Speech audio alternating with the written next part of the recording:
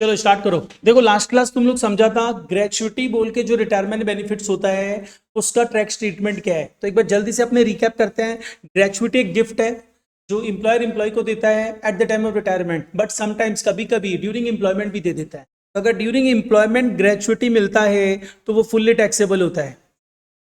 अगर at the time of retirement मिलता है तो तुमको चेक करना पड़ेगा, गवर्नमेंट एम्प्लॉय है तो फुल्ली एग्जेम्प्ट हो जाएगा, मतलब जितना पैसा मिला वो सैलरी शीट में काउंट नहीं करना है, एग्जेम्प्टेड है। बट अगर अदर एम्प्लॉय है, नॉन गवर्नमेंट एम्प्लॉय है, तो तुमको चेक करना पड़ेगा कि वो covered by payment of gratuity act है कि नहीं है। तो अगर वो covered by payment of gratuity act है तो जो ग्रेचुइटी मिलेगा वो एग्जेम्प्टेड होगा up to certain extent. Up to certain extent मतलब lower of the following as per the section 10 sub section 10 क्या है। पहला पार्ट एक्चुअल अमाउंट रिसीव्ड, दूसरा part 15 working days last on salary और completed year of service. And here completed year of service का मतलब क्या था, अगर मोर देन 6 मंथ्स है तो उसको कंप्लीट ईयर मान लेना। एंड सैलरी का मतलब क्या, बेसिक प्लस डीए, डीए हर तरह का डीए, नॉट फॉर्मिंग फॉर्मिंग सब, ये पार्ट समझे थे। एंड अगर not covered by payment of gratuity act है तो लोअर ऑफ द फॉलोइंग का एग्जाम्पशन होता था, जो क्या था, actual amount received 15 working days नहीं, half month average salary for every completed year of service. यहाँ कंप्लीटेड ईयर मतलब फुल कंप्लीटेड ईयर होगा, any fraction of the year should be ignored. And maximum limit 20 lakh है। And यहाँ salary का मतलब basic plus DA forming part plus commission fix percentage on turnover. तो ये आपने समझे थे। इसके ऊपर शायद तुम लोग सम्स भी किया था कुछ। फॉर्मिंग पार्ट मतलब क्या हुआ ना, ये हम लोग डीए समझाया था। डीए दो तरीके का होता है, एक हम तुमको बोलेगा टर्म्स ऑफ एग्रीमेंट में, लेटर ऑफर में, लेटर ऑफ ऑफर में कि ये डीए है रिटायरमेंट बेनिफिट्स के लिए भी कंसीडर करेंगे, that DA is a forming part of salary. और जो रिटायरमेंट बेनिफिट के लिए कंसीडर नहीं करेंगे दैट इज नॉट फॉर्मिंग। तो अब हम लोग क्या कर रहे हैं ना, एक छोटा सा सम्स पहले करते हैं फिर आगे मूव ऑन करते हैं। तो दो सम किया था लास्ट क्लास की, एक ही किया ग्रेचुइटी का, एक ही किया, तो covered by, not covered by provide. Next आ जाओ, next example.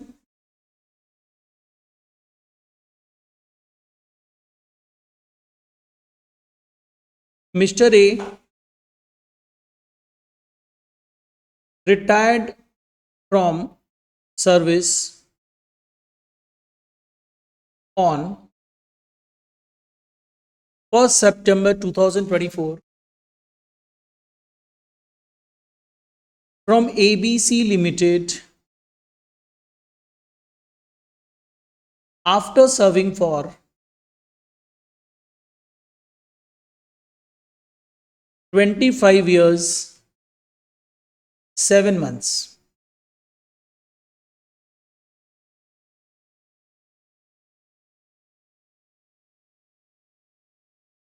He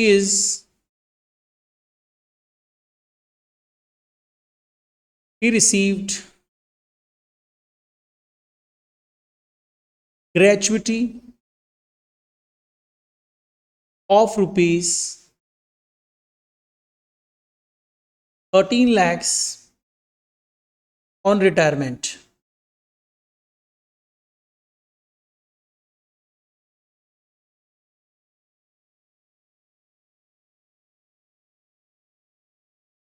His last drawn salary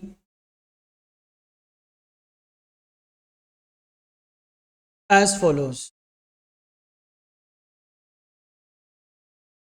Basic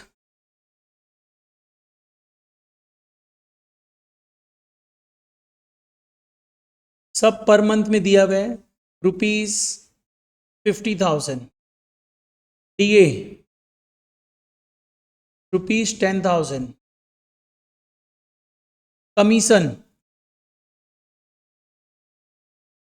₹6,000, फी ₹4,000,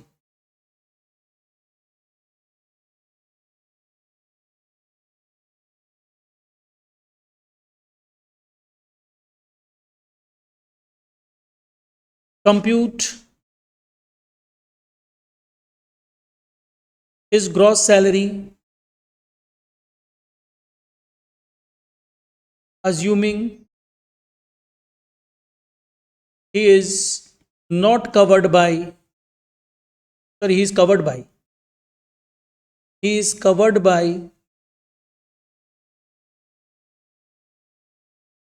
होगा।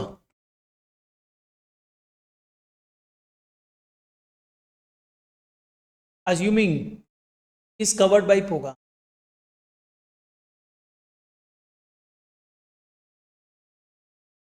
सर वो कवर्ड बाई पोगा रहता है तो डीए फॉर्मिंग हो नॉट फॉर्मिंग हो, मेरे को तो सारा डीए लेना है।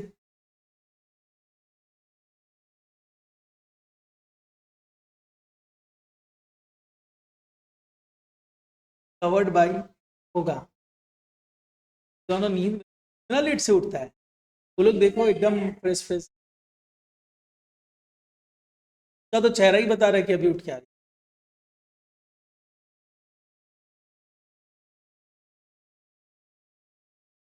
तो तुम लोग का क्लास सुबह 7 बजे।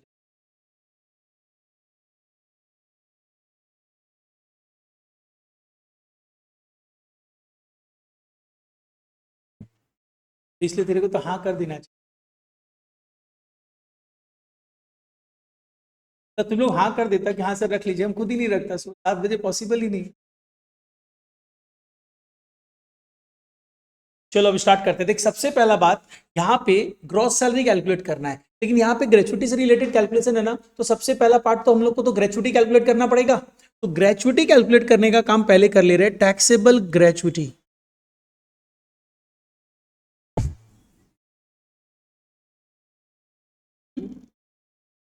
क्या चाहिए बोल।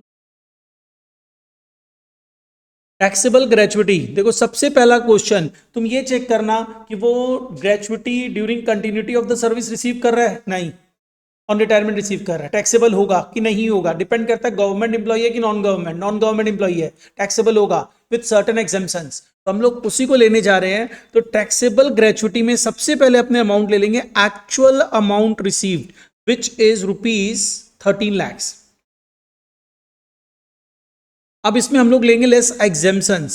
Exemptions under section 10 sub section 10। तो ये जो तुम एग्जाम्पशन लेने जा रहे हैं ना, ये एग्जाम्पशन क्या है, लोअर ऑफ द फॉलोइंग है, लेकिन ये डिपेंड करता है कि वो पोगा से कवर्ड है कि नॉट कवर्ड है। कवर्ड है तो कवर्ड है, तो मेरे पास लिमिटेशंस क्या था, lower of the following will be exempted, और लोअर ऑफ द फॉलोइंग में क्या क्या आएगा, पहला पार्ट एक्चुअल अमाउंट रिसीव जो 13 lakhs है। दूसरा क्या था, एक मैक्सिमम लिमिट ले लेते हैं, maximum limit which is 20 lakhs। And तीसरा क्या था, सिंस ये कवर्ड बाई पोगा है तो अपने क्या लेते थे, 15 मतलब 15 working days last drawn salary, 15/26 into last drawn salary into for every completed year of service. यहाँ पे मोर देन 6 मंथ्स को कंप्लीटेड ईयर काउंट करते हैं, तो यहाँ पे उसका कंप्लीटेड ईयर है 25 ईयर 7 मंथ्स, मतलब कितना ले ले 26, तो इंटू 26 ये कैलकुलेशंस रहेगा। तो अब सबसे पहला क्वेश्चन ये आता है,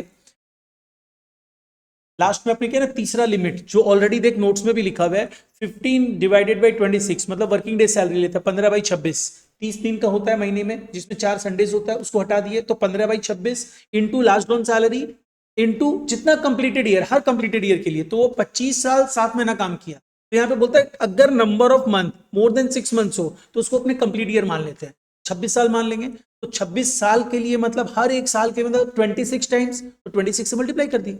तो यहां पे अब कैलकुलेशंस अपने करेंगे इसका, लास्ट ड्रॉन सैलरी पहले देखो, तो अगर if you are covered by पोगा तो सैलरी का मतलब क्या था, बेसिक प्लस डीए, कमीशन नहीं लेना है। तो बेसिक कितना है तुम्हारा 50,000 और डीए कितना है 10,000, तो यहां पे टोटल सैलरी हो गई 60,000 इंटू 15/26 इंटू 26,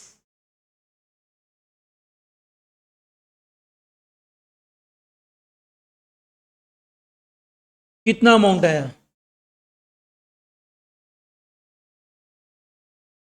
भाई 10500 कैसे है, 9 lakhs आएगा। कुछ भी करती रहती है लड़की, कैसे मतलब क्या होता है, ये तो साफ दिख रहा है। छब लास्ट ड्रॉन सैलरी कितना है, बेसिक और डीए लेगा, बेसिक 50,000 डीए 10,000 60,000।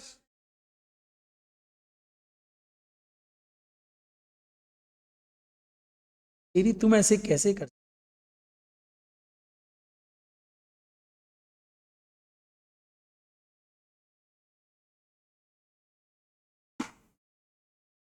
ऐसी का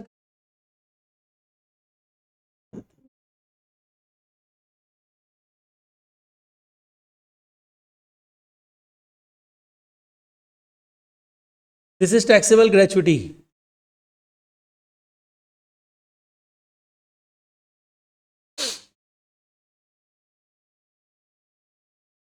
हाँ बस ये, नहीं नहीं, ये इस सब में तो ग्रॉस सैलरी भी निकालना है। ऐसा सम 5 नंबर का आएगा, एक पूछेगा ही, लेकिन 3 चीज से पूछ सकता है, ग्रेचुइटी से, लीव सैलरी से, पेंशन से, तो में से कोई भी एक पूछ सकता है। नहीं नहीं अभी। अच्छा अब इसमें आ जाते हैं हम लोग, ग्रॉस सैलरी भी कैलकुलेट करना है, ये तो कैलकुलेट कर लिया ना सभी कोई, ग्रॉस सैलरी।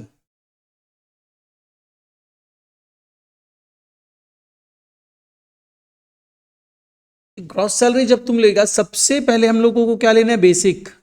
तो बेसिक सैलरी जब हम लोग लेंगे, तो बेसिक सैलरी कितने पीरियड का लेना है यहाँ पे, 5 महीने के। तो 50,000 इंटू 5, देखो अपने 1 अप्रैल से स्टार्ट करेंगे, 1 अप्रैल 24, और एंड होगा 31 मार्च 25, लेकिन यहाँ 31 मार्च 25 तक था ही नहीं, वो 1 सितंबर को रिटायर कर गया। तो अप्रैल मई जून जुलाई अगस्त, 5 महीना। बेसिक दिए 10,000 इंटू 5, इसके बाद और क्या क्या दिया गया वो सब भी ले लो। हम लोगों के पास नेक्स्ट पार्ट है commission 6,000 per month.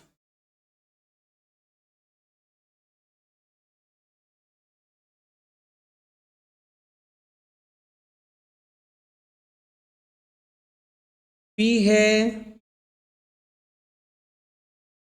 4,000 per month.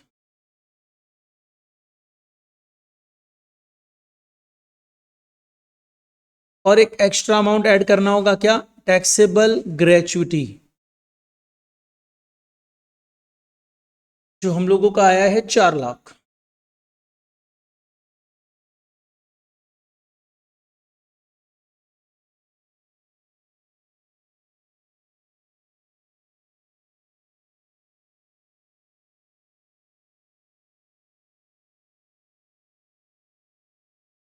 तो ये है कैलकुलेशंस रिगार्डिंग ग्रेचुइटी।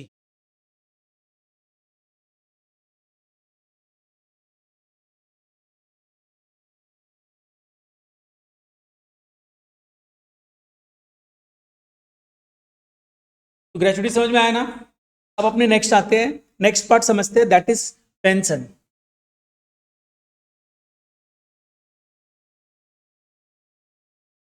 देखो पेंशन का मतलब एक चीज ध्यान रखना, ये ग्रेचुइटी ऑन रिटायरमेंट मिल जा रहा है या ड्यूरिंग कंटिन्यूटी ऑफ सर्विस मिल जा रहा है। पेंशन कभी भी ड्यूरिंग कंटिन्यूटी ऑफ सर्विस नहीं मिल सकता है, पेंशन आफ्टर रिटायरमेंट मिलना चालू होता है। ठीक है, क्यों मिलता है, कंपनी बोलता है तुम इतने साल मेरे को दे दिए, अब जब तुम रिटायर कर रहे हो तो तुमको अपना लाइवलीहुड तो रन करना है, तुम जो इतना साल मेरे को दिए, इन कंपेंसेशन ऑफ दैट हम आपको सैलरी तो नहीं दे पाएंगे क्योंकि अब आप काम नहीं कर रहे हो, बेसिक नेचर तो कर ही नहीं रहे काम, लेकिन हम तुमको कुछ अमाउंट देंगे जिससे तुम अपना लाइवलीहुड रन कर सको, वो लाइफ देंगे, तो दैट इज कॉल्ड पेंशन। ठीक है, तो पेंशन जो मिलता है, अब पेंशन तुमको मिल रहा है, तो जब मिल रहा है तो उसकी टैक्सेबिलिटी, इनकम टैक्स डिपार्टमेंट तो टैक्स की बात करेगा, हम लोग को टैक्स समझना है। तो यहां पे क्वेश्चन ये आता है, ये जो पेंशन मिलता है उससे रिलेटेड कुछ एग्जाम्पशंस भी होता है, तो एग्जाम्पशंस होता है उसको अपने को समझना है। और एग्जाम्पशंस कहां बताया हुआ है, under section 10 sub section 10A में बताया। ग्रेचुइटी का एग्जाम्पशंस कहां बताया हुआ है, 10 में। ठीक है, अच्छा अब ये पेंशन होता क्या, ये समझ, ये होता क्या है तो समझे, मतलब मिलता किस तरीके से है। तो देख, एक पेंशन तुमको क्या है ना, कंपनी बोला देखो यासिका तुम रिटायर कर रहे हैं, तुमको अब 20,000 रुपया पर मंथ का पेंशन दिया जाएगा। तो ये पर मंथ पेंशन को क्या बोलते हैं पता है, अनकम्यूटेड पेंशन। इनकम टैक्स के लैंग्वेज में ये पर मंथ पेंशन जो होता है उसको अनकम्यूटेड पेंशन बोला जाता है। ठीक है, और एक होता है देख कम्यूटेड पेंशन, हम यहाँ पे लिखा भी है, अनकम्यूटेड पेंशन मतलब मंथली बेसिस, और कम्यूटेड पेंशन मतलब लमसम बेसिस। मतलब यासिका बोली देखो कंपनी ऑलवेज पहले फिक्स पर मंथ ही करता है, अब यासिका बोलते नहीं हमको पर मंथ नहीं चाहिए, आप एक काम करिए बस एक बार में मेरे को पूरा पैसा दे दीजिए। तो कंपनी कैलकुलेशंस करता है कि इसको मैक्सिमम लगता है अप्रोक्सीमेट प्रोबेबिलिटी बेस इतना पेमेंट करना पड़ेगा, तो कंपनी इसको पेमेंट करती है, तो उसको क्या बोला जाएगा, लमसम पेमेंट, मतलब कम्यूटेड पेंशन। और या फिर ये मंथली लेती रहती है तो उसको क्या बोला जाएगा, अनकम्यूटेड। तो इनका टैक्स ट्रीटमेंट क्या होगा, तुमको अब सबसे पहले ये देखना पड़ेगा, पहले अपने क्या समझ लेते हैं, मंथली बेसिस वाला समझ लेते हैं। मतलब अगर कंपनी तुमको मंथली बेसिस पे पेंशन देता है तो तुम्हारा स्टेटस, तुम गवर्नमेंट एम्प्लॉई हो या नॉन गवर्नमेंट एम्प्लॉई हो, मतलब ही नहीं है, it is taxable for all. अब आता है कि कम्यूटेड पेंशन अगर गवर्नमेंट इंप्लॉय को मिल रहा है तो ये क्या है, फुली एग्जेम्प्ट है, मतलब टैक्स नहीं देना है। अगर अदर इंप्लॉय है टैक्स देना है, लेकिन तुमको पेंशन मिल रहा है तो एग्जाम्पशंस कितना देंगे। तो यहां पे बोलता है तुम ग्रेचुटी भी ले रहे हो क्या, ग्रेचुटी भी लेने का मतलब तुम एक retirement benefit and in addition ले रहे हो। और सपोज कर ले यासिका को ग्रेचुटी भी मिल रहा है और पेंशन भी मिल रहा है और खुशी को सिर्फ पेंशन मिल रहा है, तो ज्यादा बेनिफिट किसको मिल रहा है, तो इनकम टैक्स डिपार्टमेंट इसको एग्जाम्पशन का, और उसको सिर्फ एक बेनिफिट मिल रहा है तो इनकम टैक्स डिपार्टमेंट तुमको एग्जाम्पशन ज्यादा देगा। एग्जाम्पशन ज्यादा देने का मतलब टैक्स कम लेगा। तो यहां पे बोल रहा है तुम ग्रेचुटी भी ले रहे हो तो तुमको एग्जाम्पशन कितना दे देंगे, जो फुल कम्यूटेड पेंशन है उसका 1/3 एग्जाम्पशन देंगे, 1/3। और खुशी को कितना एग्जाम्पशन देंगे, हाफ। तो एग्जाम्पशन किसको ज्यादा मिला, तो टैक्स कम देना पड़ेगा उसको। ये कंसेप्ट है। क्वेश्चन ये आता है ये फुल पेंशन का मतलब क्या हुआ, वो अपने सम्स के थ्रू समझते हैं। यहां तक क्लियर है ना प्रोविजन, एक बार फिर से प्रोविजन समझ लेते हैं। अगर पेंशन तुमको मिल रहा है, अगर मंथली पेंशन है फुल्ली टैक्सेबल है, इररेस्पेक्टिव तुम गवर्नमेंट एम्प्लॉय या नॉन गवर्नमेंट एम्प्लॉय हो। अगर लेकिन तुम कम्यूटेड पेंशन ले रहे हो तो देखना पड़ेगा गवर्नमेंट एम्प्लॉय के लिए एग्जाम्प्टेड है, नॉन गवर्नमेंट एम्प्लॉय के लिए थोड़ा एग्जाम्प्टेड है। कितना, अगर ग्रेचुटी भी मिल रहा है तो 1/3 of the total commuted pension exempted है, और अगर ग्रेचुटी नहीं मिल रहा है तो half of the total commuted pension exempted है। यही है प्रोविजन रिगार्डिंग पेंशन। अब सम्स के थ्रू समझते हैं इसको अच्छे से। एक एग्जाम्पल लिखो,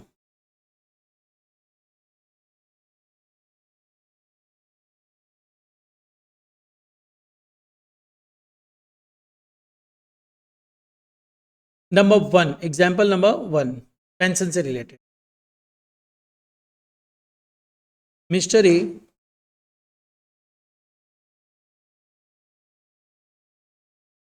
retires on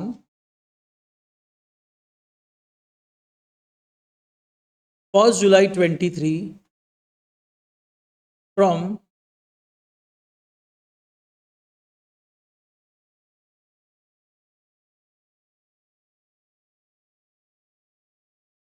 Indian Police Service.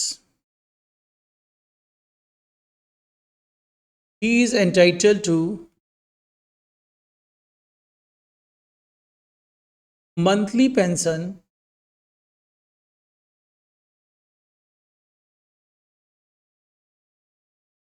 of rupees 15,000. His last drawn salary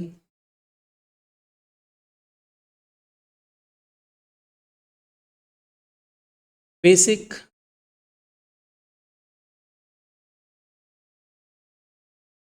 60,000, DA 30,000, हाँ 15,000।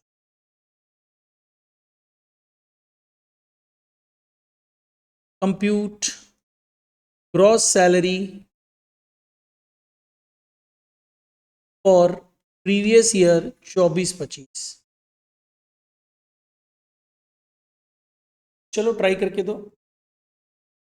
ये जो सैलरीज दिया है ना इनका कोई रोल नहीं है, क्योंकि वो फर्स्ट जुलाई 23 को रिटायर कर चुका है और हम तुमसे उसका सैलरी पूछ रहे 24-25। तो लेकिन मंथली पेंशन तो टैक्सेबल है, तो मंथली पेंशन है। अगर लमसम ले लेता पैसा तो एग्जम्प्ट हो जाता। देखिए यहाँ पे अभी अभी तुम लोग क्या समझा, अगर अनकम्प्यूटेड पेंशन है, ऐसी नहीं बोला, देख पढ़, ठीक है।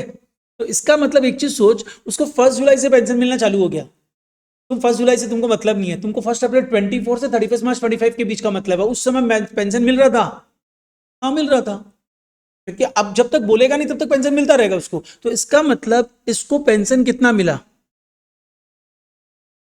15,000 इंटू 12, ये प्रीवियस ईयर 24-25 में मिला। तो बस यही तो सैलरी हो जाएगा और कुछ थोड़ी है, 1,80,000। क्योंकि pension under that salary he taxable होगा, ध्यान रखना। उस दिन से मिलना चालू होगा, 1 जुलाई से मिलना चालू होगा, लेकिन 1 जुलाई 23 को रिटायर किया तो 1 जुलाई 23 तो 23-24 प्रीवियस ईयर में है। हम तेरे से 24-25 प्रीवियस ईयर का पूछ, तो बस उसी का निकालेंगे।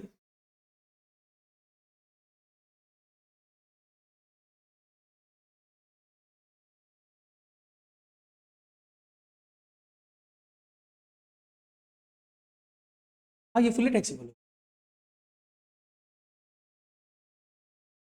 यही ग्रॉस सैलरी हो जाएगा।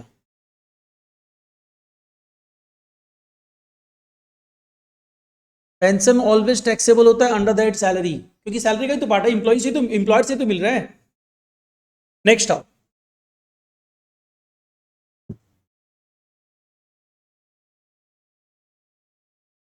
एक और example.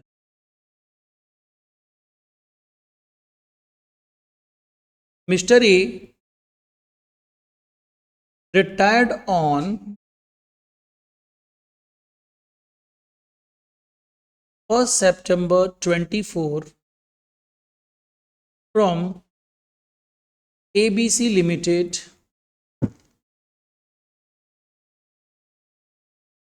He is entitled to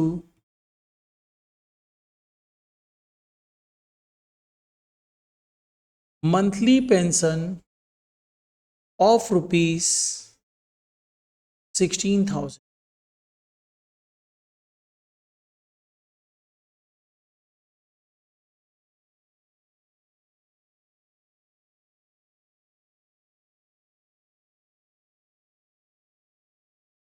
He converted 70% of this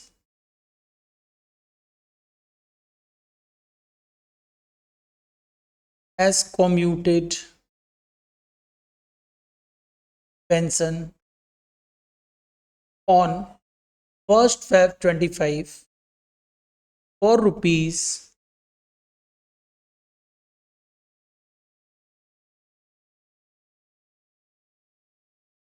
8,10,000.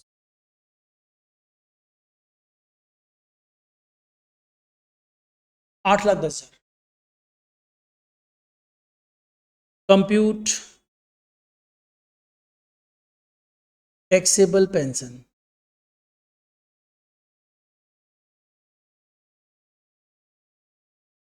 देख इसमें कम्यूटेड वाला पार्ट भी डाल दिया है। नहीं नहीं नहीं, देख सबसे पहले ये समझ, उसको पेंशन मिलना कब से स्टार्ट होगा? 1 सितंबर 24 से। तुम तो अपने प्रीवियस ईयर के एंड पे रुक जाएगा, तेरा प्रीवियस ईयर एंड 31 मार्च 25 हुआ है, सिर्फ यहीं तक का सोचते। देख यहाँ पे ये पर्सन अपना 70% पेंशन को कम्यूट करवा लिया, मतलब 70% पेंशन अब रेगुलरली नहीं लेगा, वो एक बार में ले लिया, लेकिन कब?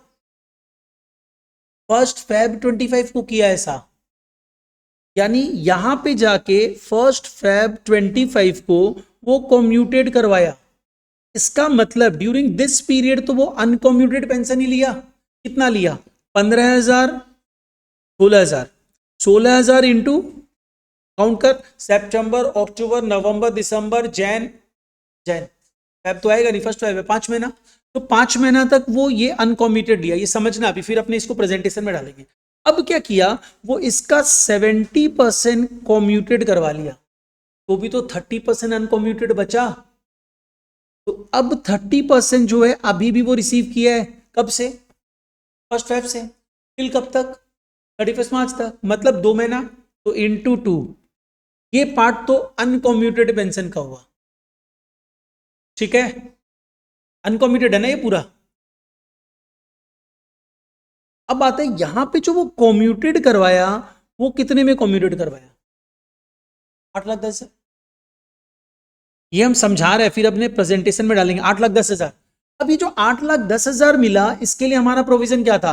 वो गवर्नमेंट इंप्लॉई है कि नॉन गवर्नमेंट इंप्लॉई है? Non government. Receipt of gratuity है कि नॉन रिसिप्ट ऑफ ग्रेचुइटी है? नहीं। तो एग्जाम्पशन कितना मिलेगा इसका? फुल पेंशन का। तो एक चीज बता, फुल पेंशन क्या 8,10,000 है? नहीं, ये सिर्फ 70% है। तो मेक इट 100%। 100% में करने के लिए क्या करेगा? This divided by 70%, because it is 70% of the total commuted pension. तो अब अपने क्या करेंगे, एग्जाम्पशन जो इसमें लेंगे ना, वो कितना होगा? वो होगा 8,10,000 डिवाइडेड बाई 70% करते फुल कम्यूटेड पेंशन आ गया। क्लियर है ना, समझ में आ रही है? इसका हाफ एग्जाम्पशन मिलेगा। हाफ मतलब कितना होगा देख,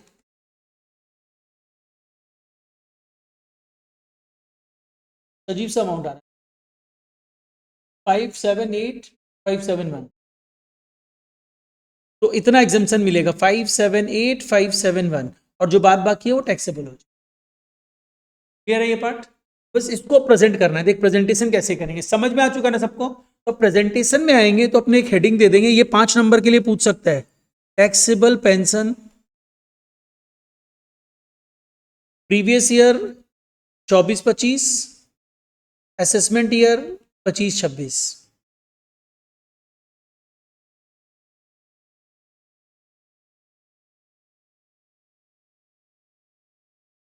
तो इसमें सबसे पहले तुम लोग आओ, सबसे पहले लो अनकम्यूटेड पेंशन।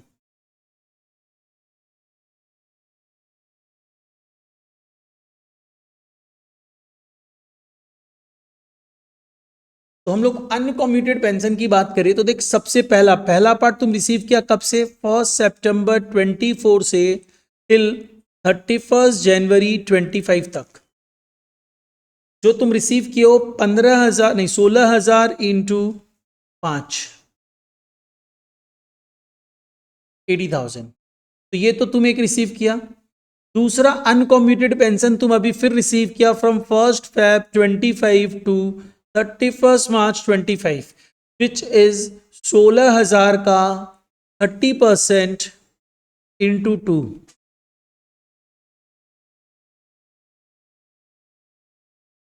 9,600 ना। तो ये अनकम्यूटेड पेंशन तो पूरा का पूरा टैक्सेबल है, इररेस्पेक्टिव तुम गवर्नमेंट एम्प्लॉई हो या नॉन गवर्नमेंट एम्प्लॉई हो। अब हम लोग आ जाते हैं कम्यूटेड पेंशन में।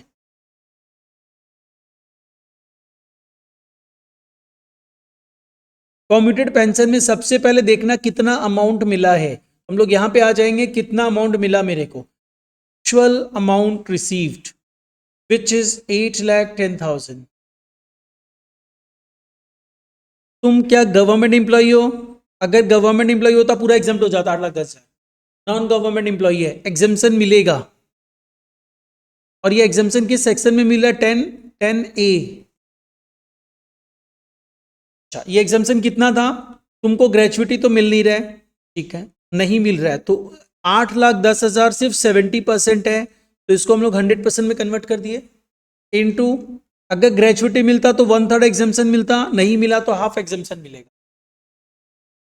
जो अमाउंट हम लोग कैलकुलेट किए थे 578 571, 578 571, कितने का एग्जाम्शन मिला, बाद बाकी टैक्सेबल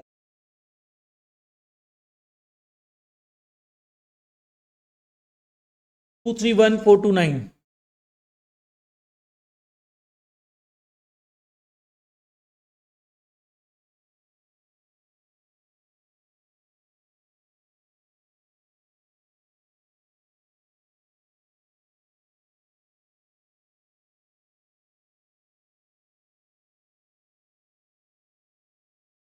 ये आ जाएगा टैक्सेबल पेंशन।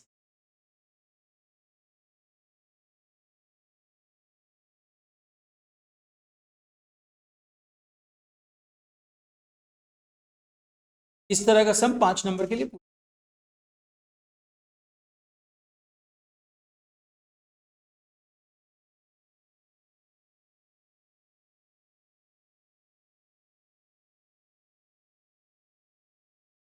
और 4 मार्क्स तुम लोगों से पेंशन का सम पूछा, एग्जैक्टली जो अभी किया वैसा ही सम है, थोड़ा सा बस हम डेटा चेंज कर देते हैं। यहाँ पे 2024 की जगह 25 कर दे रहे हैं, यहाँ पे भी 25 कर दे रहे हैं। तो taxable amount of commuted and uncommuted pension calculate करके बताता है। यहाँ पे ध्यान दो, तुम अगर 24-25 का काउंटिंग करोगे तो ये रिटायर 31 जैन को किया, इसका मतलब तुम्हारे पास सिर्फ 2 ही मंथ बचता है, 1 Feb 25 से 31 मार्च 25। इस 2 महीने में ये कैसे कैसे पेंशन रिसीव किया उसकी बात करते हैं। उसको पेंशन फिक्स की गई थी 2 लाख पर मंथ, जिसमें से 18 लाख वो कम्यूटेड वैल्यू ले लिया, 60% ऑफ इस मंथली पेंशन जो फैब में ही ले लिया, मतलब यहाँ फैब स्टार्ट हुआ वहीं पे ले लिया। इसका मतलब वो 2 लाख रुपया करके तो कभी लिया ही नहीं, राइट ना। तो अनकम्यूटेड पेंशन की अगर हम लोग बात करें, अनकम्यूटेड पेंशन तो उसको 1 Feb से 31 मार्च 25 तक कितना मिल रहा है?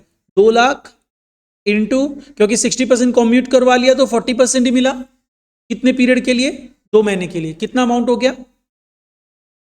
1,60,000। ये तो फुल्ली टैक्सेबल है। अब अपने आते हैं कॉम्यूटेड पेंशन।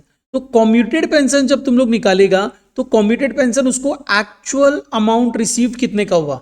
18 लाख।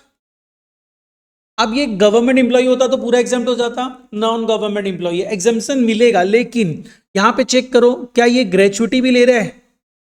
बोला हाँ मिल रहा है इसको ग्रेचुइटी। तो एग्जाम्पशन कितना मिलेगा? 1/3 मिलेगा। किसका? टोटल कॉम्यूटेड पेंशन का। तो टोटल कॉम्यूटेड पेंशन कैलकुलेट करो। 18 लाख जो है कितना परसेंट है? तो डिवाइड बाई 60% इंटू 1/3 कितना आया? 10 लाख। तो चलो 10 लाख का एग्जाम्पशन क्लेम कर लेंगे। तो 10 लाख का एग्जाम्पशन क्लेम करते ही 8 लाख कॉम्यूटेड पेंशन टैक्सेबल आया and total taxable pension is 9,60,000। Free का 4 मार्क्स। इजी। चीटिंग करवा देगा ना सिका या सिका? अरे अपने फ्रेंड्स लोगों को एग्जाम में।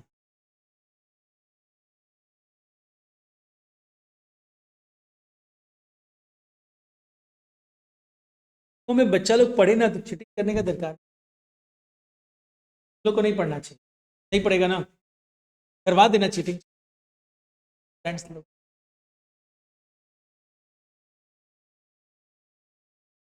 बट स्टूडेंट लोग है ना तुम, इस बार 12th का पेपर इजी, तुम लोग के टाइम में टफ आया था।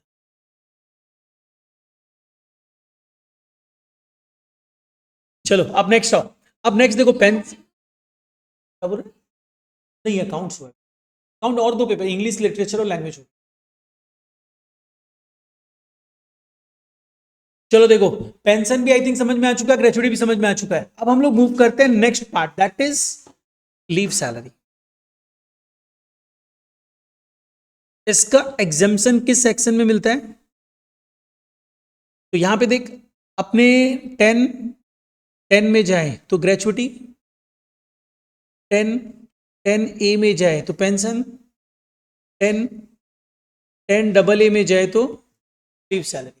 ये एग्जाम्पशंस का सेक्शन।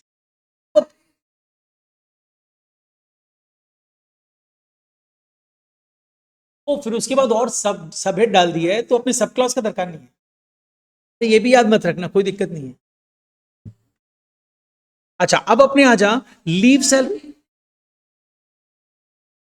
लिख देना बेटर है, हम तो बोला लिखेगा तो अच्छा रहेगा, लेकिन अगर तुम लिखते समय गलत लिख दिया तो वो 0 बैठा देगा। जैसे सपोज कल तुम पेंशन कैलकुलेट कर रहे हैं, पेंशन कैलकुलेट करते समय एग्जाम्पशन तेरा किस सेक्शन में मिलना चाहिए? 10 में तुम गलती से 10 लिख के छोड़ दी, पूरा सही किया है से चाहता। चलो ठीक है, देखो लीव सैलरी का मतलब क्या? लीव मतलब क्या होता है? छुट्टी। ये हम पहले भी तुम लोगों को बताया था लीव सैलरी मतलब क्या हुआ। तुमको हम लोग कुछ पीरियड का लीव देते हैं कि 10 दिन का सिक लीव, 10 दिन का इंटरटेनमेंट लीव, 10 दिन का कुछ लीव, ऐसे करके कंपनी बोला तुमको 30 डेज दैट इज 1 मंथ का लीव मिलेगा पूरे ईयर में, ले लेना जैसे लेना है। और अगर तुम नहीं लोगे तो उसके बदले पैसा ले लेना। तो अब सपोज को लो एक एम्प्लॉय क्या करता है ना कि जॉब करता है, पूरा 12 मंथ्स काम किया तो 1 महीना तो छुट्टी लिया ही नहीं वो, तो इसका मतलब उसको कंपनी सैलरी कितने मंथ्स का देगा? 12 मंथ्स को काम किया इसलिए देगा, और 1 महीने का जो लीव का था उसका दे देगा। तो वो लीव सैलरी ऑप्शन पे रहता है इंप्लॉय के। इंप्लॉय बोलता ना मेरे को अभी पैसा दे दीजिए तो कंपनी उसी समय पैसा दे देगा। तो इसका मतलब तुम काम कर रहे हो, during continuity of service you are receiving leave salary. तो देख क्या लिखा हुआ है, ड्यूरिंग एम्प्लॉयमेंट अगर तुमको लीव सैलरी मिलता है तो ये क्या हो जाएगा? Fully taxable. वहां लिखा हुआ नहीं है, तुम लोग लिख लो, ये फुल्ली टैक्सेबल होगा। तुम कुछ भी हो, गवर्नमेंट एम्प्लॉई या नॉन गवर्नमेंट एम्प्लॉई कोई भी हो, ये फुल्ली टैक्सेबल हो जाएगा। अब क्वेश्चन यहाँ था सर ऑन रिटायरमेंट हम लोग रिसीव कर रहे हैं leave salary, on retirement receive कर रहे हो, तुम गवर्नमेंट एम्प्लॉई हो,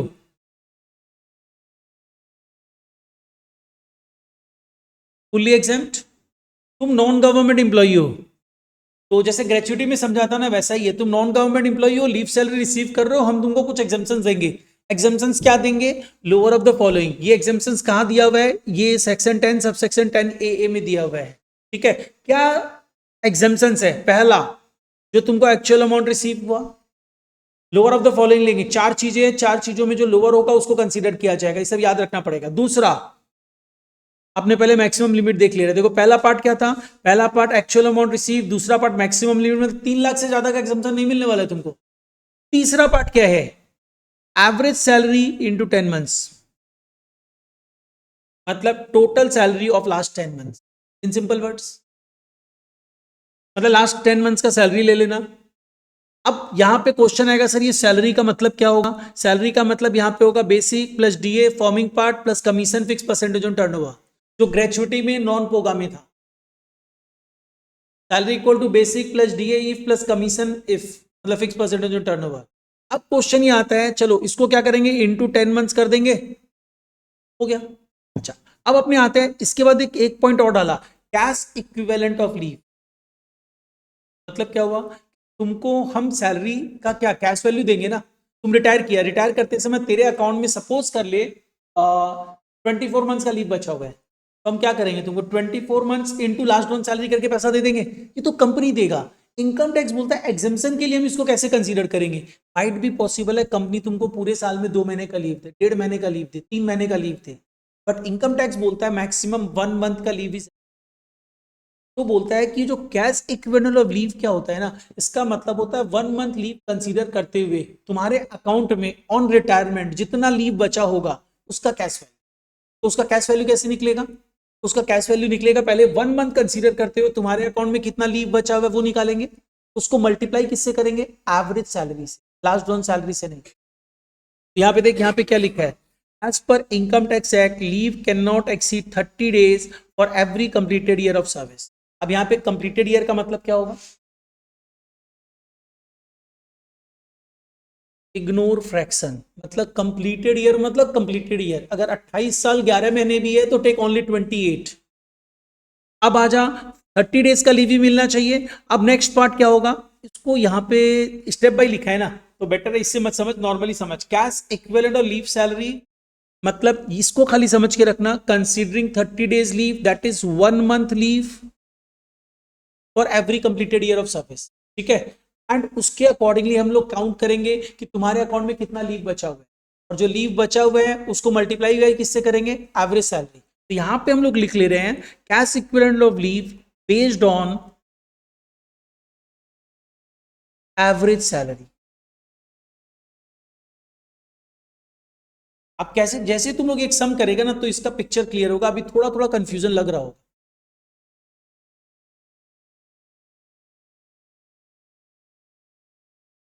हो गया ना यहाँ पे, देख इसमें तो कुछ समझना ही नहीं है, फुल्ली टैक्सेबल है, इसमें फुल्ली एग्जाम्प्ट है, मेनली इसी को समझना है, तो इससे रिलेटेड एक सम समझते हैं। तो नेक्स्ट हेडिंग दो, लीव सैलरी, बहुत बड़ा ही है अभी,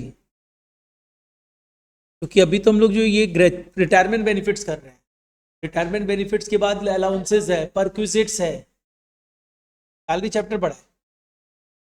फिर इसके बाद थोड़ा सा इससे थोड़ा छोटा ही है लेकिन बड़ा है, पीजीबी, कैपिटल गेन छोटा सा है, चाहे तो एक क्लास में खत्म, कैपिटल गेन करते पहले, बट हम लोग एक क्लास में नहीं खत्म करेंगे, एटलीस्ट 2 क्लास। हाँ उसका क्लास तुम तो बोल ही रखा लेना है, उसका क्लास, अरे जो equivalent production,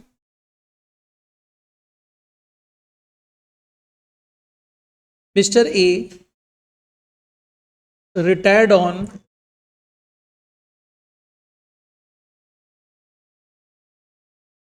Mr. A retired on 1st December 24 from ABC Limited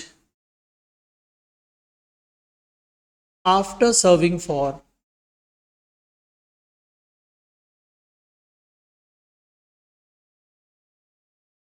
26 years and 11 months.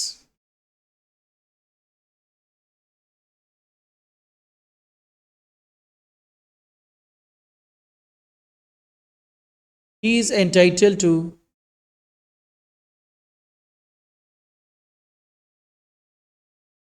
1.5 months leave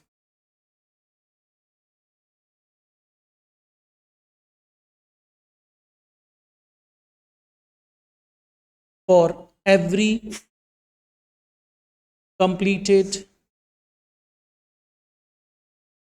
year of service.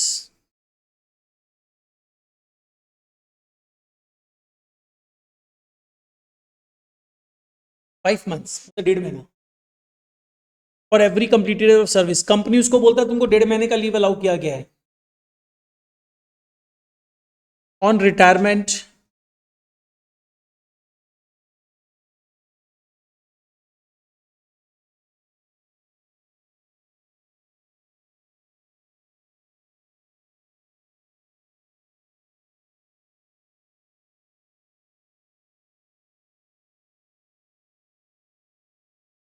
he has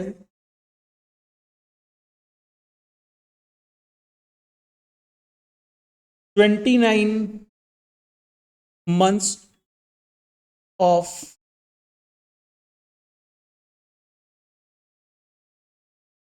leave in his account. उसके पास 29 मंथ्स का लीव बचा हुआ है अभी भी.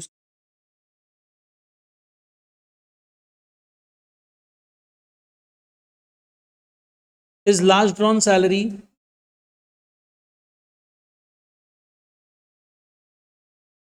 basic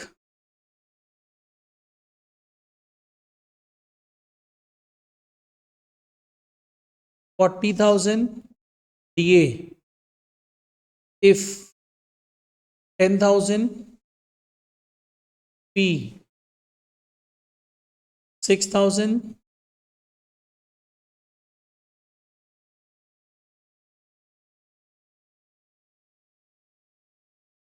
last drawn salary. हाँ ये last लिखा है. Is last drawn salary as follows. Basic इतना, डीए इतना, डीए इफ लिख दिया मतलब डीए फॉर्मिंग पार्ट है, पी इतना है, कमीशन नहीं दिया. ठीक. On retirement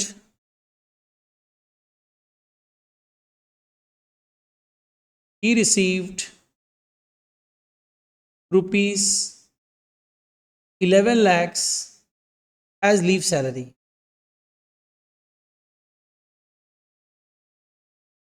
Compute taxable leave salary.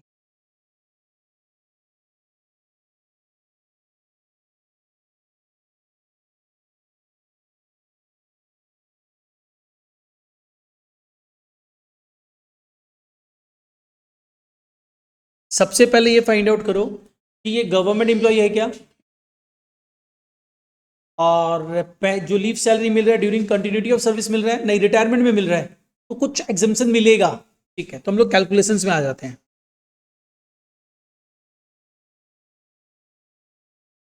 Taxable leave salary. सबसे पहले आओ एक्चुअल अमाउंट रिसीव्ड कितना हुआ है. 11 लाख. अब इस 11 lakhs में हम लोग एग्जाम्पशन क्लेम करेंगे. अगर गवर्नमेंट एम्प्लॉय होता तो कितना एग्जाम्पशन मिलता, पूरा मिल जाता, बट एक गवर्नमेंट एम्प्लॉय तो है नहीं. तो lower of the following will be exempted, जिसमें पहला क्या है, नंबर 1 एक्चुअल अमाउंट रिसीव्ड जो 11 लाख ही है. नंबर 2 हम लोग मैक्सिमम लिमिट ले लेते हैं 3 लाख. नंबर 3 हम लोग को लेना है 10 months salary. Number 4 cash equivalent of leave salary as per income tax act. तो देखो समझना, पहले 10 मंथ सैलरी लेते हैं, तो इसके लिए हम लोग वर्किंग्स में आते हैं. एक बार हम लोगों को 10 मंथ सैलरी निकालना पड़ेगा. तो 10 मंथ सैलरी जो हम लोग लेंगे, जिस दिन ये बंदा रिटायर किया उसके बैक 10 मंथ्स का लेंगे. देख इसमें तो बहुत सिंपल है, क्योंकि बीच में कुछ हम इंक्रीमेंट वगैरह डाला नहीं है. तो एक काम करते हैं ना, यहाँ पे इंक्रीमेंट डाल देते हैं. इंक्रीमेंट ₹10,000 ऑन, रिटायर कब किया? 1 दिसंबर, 1 मई 20। ये छोटा सा पार्ट एडिशन में डाल दो। बेसिक सैलरी में लास्ट इंक्रीमेंट हुआ था 10,000 का 1 मई 2024 को।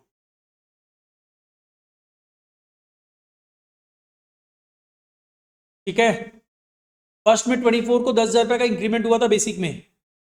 बैक 10 मंथ्स का सैलरी निकालना है, तो बैक 10 मंथ्स का सैलरी का निकालेंगे, तो अगर वो 1 दिसंबर को रिटायर कर रहा है तो बैक 10 मंथ्स कहां से काउंट होगा?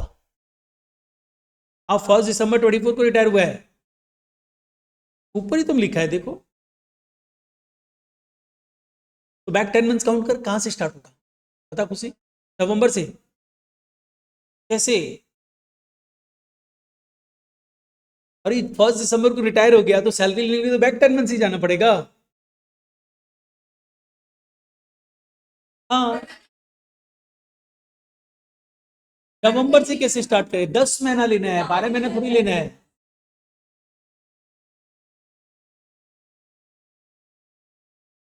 फैब से होगा। नवंबर से क्यों? अच्छा, काउंट नवंबर से काउंट करेंगे तो ऐसा बोलो। वो बैक 10 मंथ्स, हम पूछा बैक 10 मंथ्स कहाँ से स्टार्ट होगा ये बता दो। तो 1 फैब से स्टार्ट होगा। ठीक है, तो यहाँ पे आ जाओ 1 फैब।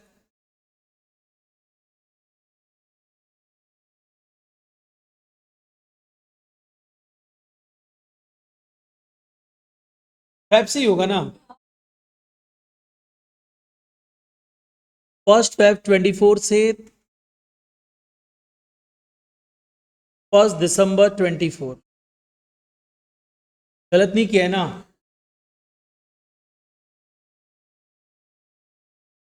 अच्छा देखो, उसका बेसिक जो है वो चेंज हुआ था 1 मई को,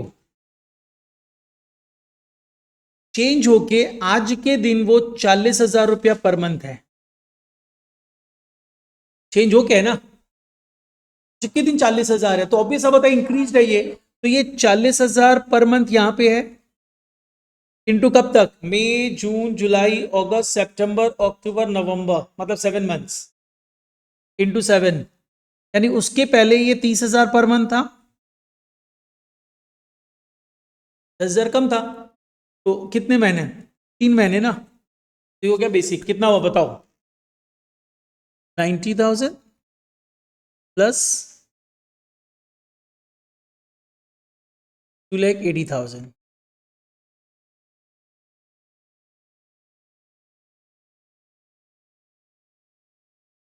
3,70,000। डीए में कोई चेंज नहीं बोला और डीए इफ है, तो इसका मतलब ये कितना अमाउंट हो जाना चाहिए? 10,000 पर मंथ है ना डीए। Yes, 10,000 into 10।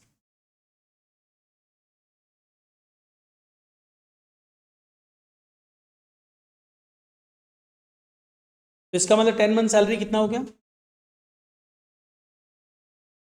तो इसको तो यहां पे लिख दो, 4,70,000। 10,000 इंटू 10 करेंगे तो कितना होगा?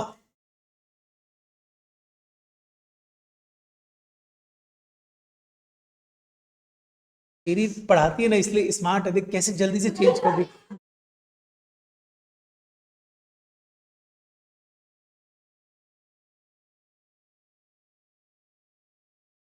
ऐसा ही करता है, चेंज कर देता है, क्या समझ ही नहीं पाता।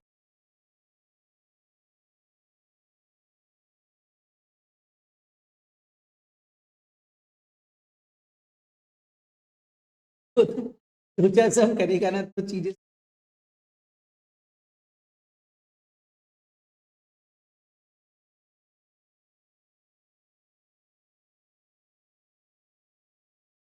डीए में जैसे डाल देता, पिछले लोग ग्रेचुटी में डीए में डाला था, तो डीए में भी डाल देगा कि ऐसा है, तो डीए में भी चेंज करना पड़ेगा। अच्छा, 4,70,000 ले लिए। अब नेक्स्ट पार्ट देख, cash equivalent of leave salary as per IT act. तो इनकम टैक्स एक्ट क्या बोलता है? तुमको 1.5 महीने का लीव नहीं देंगे। कितने मंथ का लीव मिलना चाहिए? देख, पहले तुम ये पता कर उसको कितना लीव मिलना चाहिए था। लीव एंटाइटल्ड कितना मिलना चाहिए था? 1.5 महीना इंटू 26, 39 मंथ्स। लीव अवेल्ड कितना है? हम्म। उसके अकाउंट में आज भी 29 बचा हुआ है, 29 बचा हुआ है। इसका मतलब लीव कितना ले चुका है? ठीक है, ये अपने एज पर द कंपनी बात की। लोग बोलेगा ये क्यों निकाले, इसका भी काम लगेगा। देखो एज पर द कंपनी ये देखो, ये पता चला वो 10 महीने का लीव ले चुका है। अब इनकम टैक्स एक्ट क्या बोलता है देख, इनकम टैक्स एक्ट बोलता है, देखो ये समझ गया ना तुम लोग?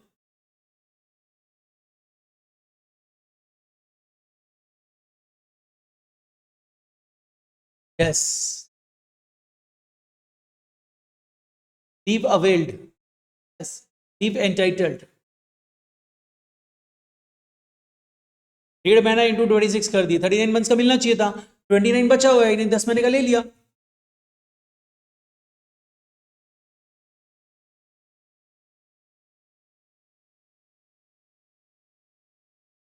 अब देख इनकम टैक्स एक्ट क्या बोलता है भाई, कैश वैल्यू कैसे निकलेगा? तुमको मिलना कितना चाहिए था? 1 month for every completed year. तो 1 month for every completed year मतलब तुमको 26 महीने का लीव मिलना चाहिए था, तुम 10 महीने का ले चुके हो। मतलब मेरे अकॉर्डिंगली 16 मंथ्स का तुम्हारे अकाउंट में पड़ा हुआ है। इनकम टैक्स के पॉइंट से लेना पड़ेगा। तो इनकम टैक्स बोलता है 1 month for every completed year, 26 months का मिलना चाहिए था, 10 मंथ्स तुम अवेल कर चुके हो, तो तुम्हारे अकाउंट में 16 मंथ्स का बचा हुआ है। इनटू इसकी कैश वैल्यू क्या होती है, एवरेज सैलरी से मल्टीप्लाई कर दो, 10 मंथ्स का एवरेज सैलरी, मतलब इसका एवरेज निकाल लो। एवरेज सैलरी क्या हो जाएगा, 4,70,000 डिवाइडेड बाई 10, दैट इज 47,000। तो दिस एवरेज सैलरी इनटू कर दो यहां पे 47,000, 7,52,000। तो इन तीनों में से जो लोअर होगा उसका एग्जाम्पशन मिलेगा, लोअर इज रुपीज,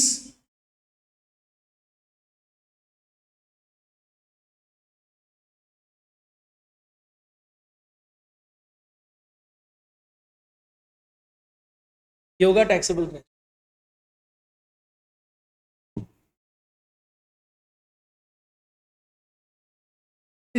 अगर सपोज कर ली ये जो अमाउंट था 10 मंथ सैलरी वो 2,70,000 आता तो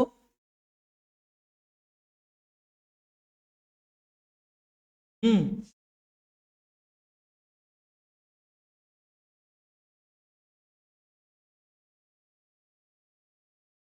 तो एक ऐसा एक सम पूछ सकता है। रो मत यासी का छोड़ दे, ठीक है, लेकिन होमवर्क ले लो अब।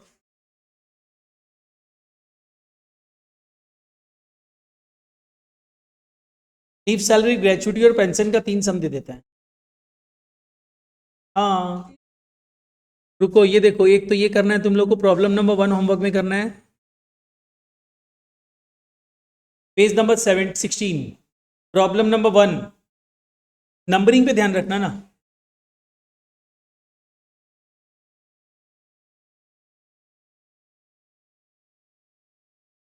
वो नहीं, इसमें रिटायरमेंट बेनिफिट्स का सम दिया नहीं, हम लिख दिया रेफर क्लास नोट्स। कोई बात नहीं, नंबर 1 तो कर लेना। ठीक है चलो।